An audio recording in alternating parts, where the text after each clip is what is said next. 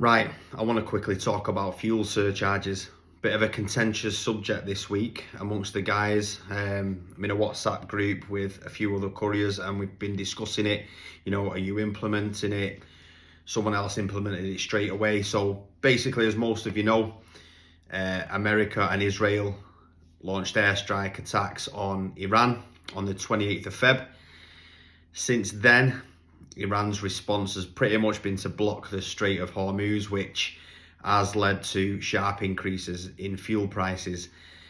Those fuel prices hit the UK quite quickly, a lot quicker than we thought they would.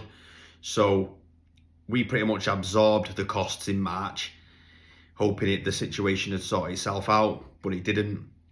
So on the 1st of April, we introduced a fuel surcharge. And the way it looked for us was once fuel had gone above £1.45 a litre, we introduced 1% for every 5 pence. So once fuel had hit £1.50 a litre, we were at a 1% surcharge. So we were paying £1.55. And don't forget, we use a fuel card, so it's not like the pump price. It is on average what we're paying with our fuel card, but it was literally changing day by day. So, like I say, it was 1% at £1.50, 2% £1.55, 3% £1.60, and so on and so on. So, as we stand at the moment, we're at about 8%, which you can't absorb that as a business. I don't know how anybody can absorb that unless you've got a huge stockpile of your own fuel. Because let's just say, for argument's sake, you're charging £400 a day. That works out at a £32 additional cost. Now that's a cost you've got to absorb if you're not passing it on. £32 a day, for me, with 3 vans, that's £96 a day, £500 a week when all 3 vans are on the road every day. That will not take long to have a pretty devastating impact on my business. So the fuel surcharge is the only way to mitigate that.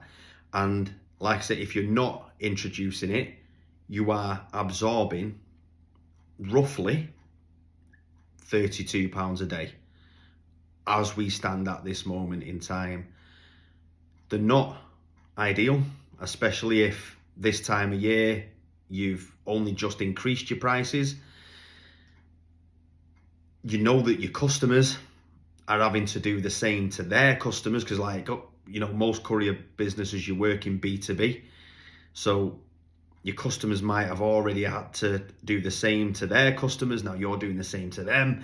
It isn't nice, but the good thing with the surcharge is, as prices come up, yeah, it goes up, but obviously as they drop, it drops as well. And you have to be transparent with your customers. I see some just going, yeah, I'm just going to charge an extra 20 quid a day or an extra 30 quid a day, but that's one, you might still be absorbing quite a bit of a hit there. And it doesn't put much thought into it. You're not really, your customer has no predictability at all. They can't budget accurately for the courier usage. Ours now, it's really transparent, it's really predictable, and it's unavoidable. So yeah, my advice is introduce a fuel surcharge, but just be really clear and really transparent, and hopefully this is just temporary and the whole situation sorts itself out soon.